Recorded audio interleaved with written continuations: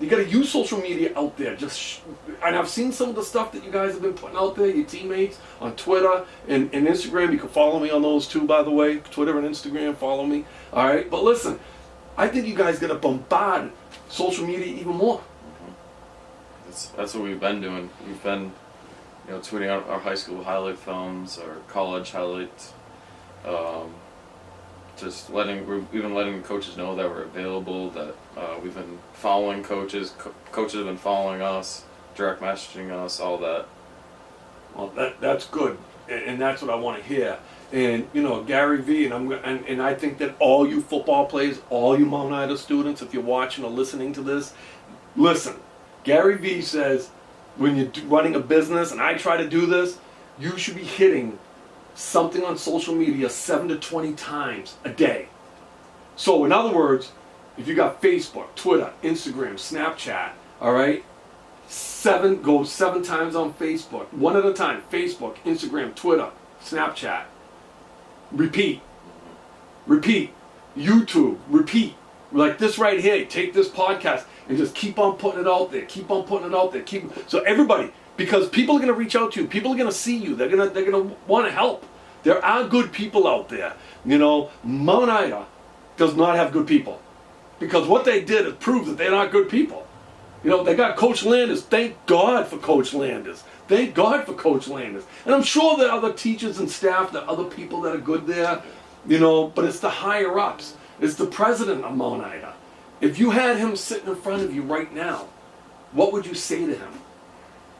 What I say to him, I would say, why, if you knew about it for so long, why wouldn't you have at least told us, give us that decency to give us a better chance to find a new place, to just figure stuff out.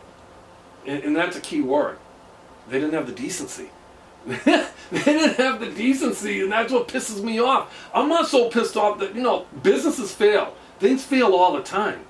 But when you have something that's going to fail, and you got people that are involved, it's about making sure those people are taken care of. And that's what, I talked to Coach Landers yesterday. I was in Nantucket, and he called me right before I'm going on the field, and of course I'm going to talk to Coach Landers.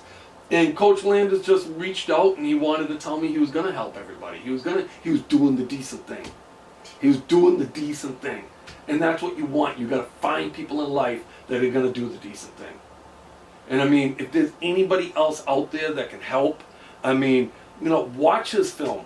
Watch what he can do. He's not only that, he's a long snapper. I'll tell you the truth. I think that you could be a Division I long snapper. If you had a chance for a Division I college and they said to you, yeah, we'll take you on the football team with the scholarship they got left. Maybe somebody flunks out and they got a scholarship. And they gave you a Division I scholarship. Would you consider that? Yeah, I think I would consider it, especially if they have my major and I get to pay, not a lot to go to the school. I would definitely consider that, because I would be getting a great degree, so I'd still be able to play football, and I would be saving money. Well, and that's the whole thing. We talked about private schooling. I talked about private schooling. And I know that the classroom sizes were smaller there than maybe at Bridgewater State. I use that as an example because that's where I went. I'm a Bridgewater State alum. Or maybe, with some of the state schools. But how do you feel about going to a state school? Do you think you're going to get the same type of education? Do you feel that you're going to get the same, attention maybe that you got at the private schools? See, I'm not 100% sure on that, because I never have really looked a lot into state schools, but from what I hear, sometimes, you got these big classes with 35 to 50 students, you got the lecture halls, but even with that, you can still create connections with the professors. You got to put in the extra time, go to them after class, go to them before class, just introduce yourself to them, say hi to them in the cafeteria, stuff like that. I think it's still very possible to make similar connections. You got to be personable. Yeah. Exactly. And that's the thing.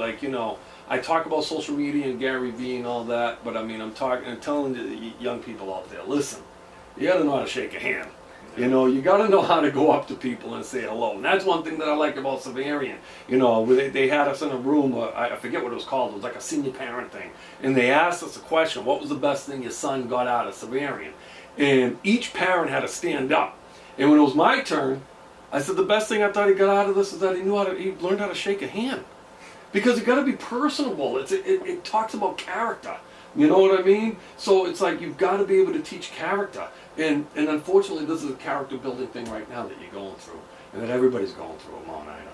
And it's unfortunate that it had to happen this way, but it is what it is, I guess, as they say. And you got to learn how to go forward. You know? So, one other thing we're going to talk about before we end this. Any questions over there, Shannon? Nobody wants to ask a question? Wow. All right. You got a chance to ask a question here, but they don't want to ask. That's okay. But also, you neglected to say that you started a business, right? And tell us about that business a little bit. Yeah. So the business is QB Velocity. It's a training camp for quarterbacks. You know, personal coaching with me and my dad, coaching quarterbacks from ages about 8 to 18, one-on-one, mostly type of setting. And that's something that we started a little bit last summer and whatnot. And we're really trying to grow that this year, make it big, get a lot of clients, and it's something that we think that can take off. We think there's a good market for it out there. So that's awesome. So I mean, that's what you want to hear. I want to hear about young entrepreneurs. That's an entrepreneurship thing. And also, you neglected to talk about umpiring. How long have you been an umpire for? I think this is my 6th year now. Yeah. So imagine that. This is my 6th year umpiring. I'm certified through MBUA. I've been doing that for a long time, and that's something I might try to move up in as well when I graduate college. Who knows? Might try to go pro for that. Work my way up through the minors, and that could be another option for me. So, I mean, and I talk about my side hustle all the time. I'm always talking to people about side hustle. You gotta work. You know, it's like, and I bring up Gary Vee, and I'm telling you, he's a huge influence to me, and I can't help it. But I just happened to see this yesterday. He talks about people who only, all they care about is Friday and getting to the weekend. And they just want to do nothing on the weekend. I can't even tell you the last time I had a weekend off. All I do is work, right? I mean, that's when I make my money. You got to go out and hustle. You got to make money, right? And the thing is, it's like I want people to stay out of debt. I don't want to see college students in debt. So you got to work your ass off on the weekends if you have to make that extra cash. And the whole thing is, with whatever dreams and whatever plans that you have, don't think and sit back that, oh, well, if I have the right connections, then I'm going to make it big, and I can only work 20 hours a week. No, you got to work it like Gary Vee says, especially when you're young, until your eyes are bleeding. I mean, I get up at 2:30 every morning, and I'm going to bed at like 10:30 every night. I take a nap during the day. I got to take a power nap. But the thing is, you got to be able to work. You got to be able to stay, focused. And if you put that focus into now, your job is, and every Mount Ida student right now, your job is finding a place to go to school. Something that's going to fit what you're going to be able to do. So, I mean, is there anything else, that's going on campus that maybe you want to talk about, or anything else that, that the outside public don't know? Anything inside going on? It doesn't matter. You're leaving there anyway. What are they going to do? Kick you out? They ain't gonna, you know what I mean?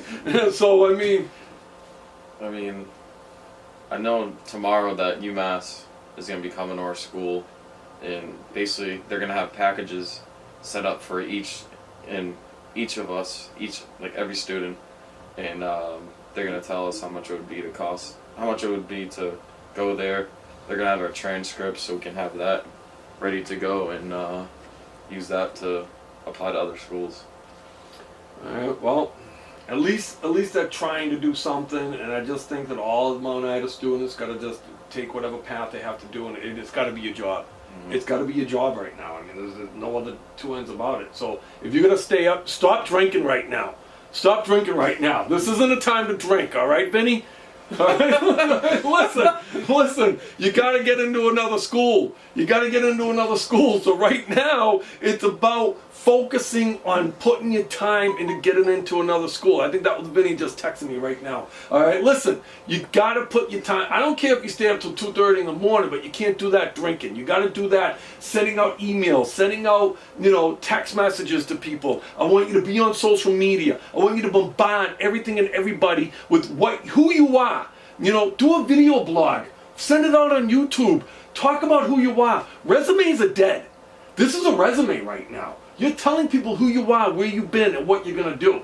That's the whole premise of this show. I mean, we got a little bit off that premise because something happened. All right? Something different happened in this guy's life. So we have to talk about that. But you got to be able to do things to market yourself. And this is a huge learning thing. If you can learn to market yourself right now for college, you'll be able to market yourself for a career, whatever you want to do. And that's the new way of doing things. That's the way it's got to be done.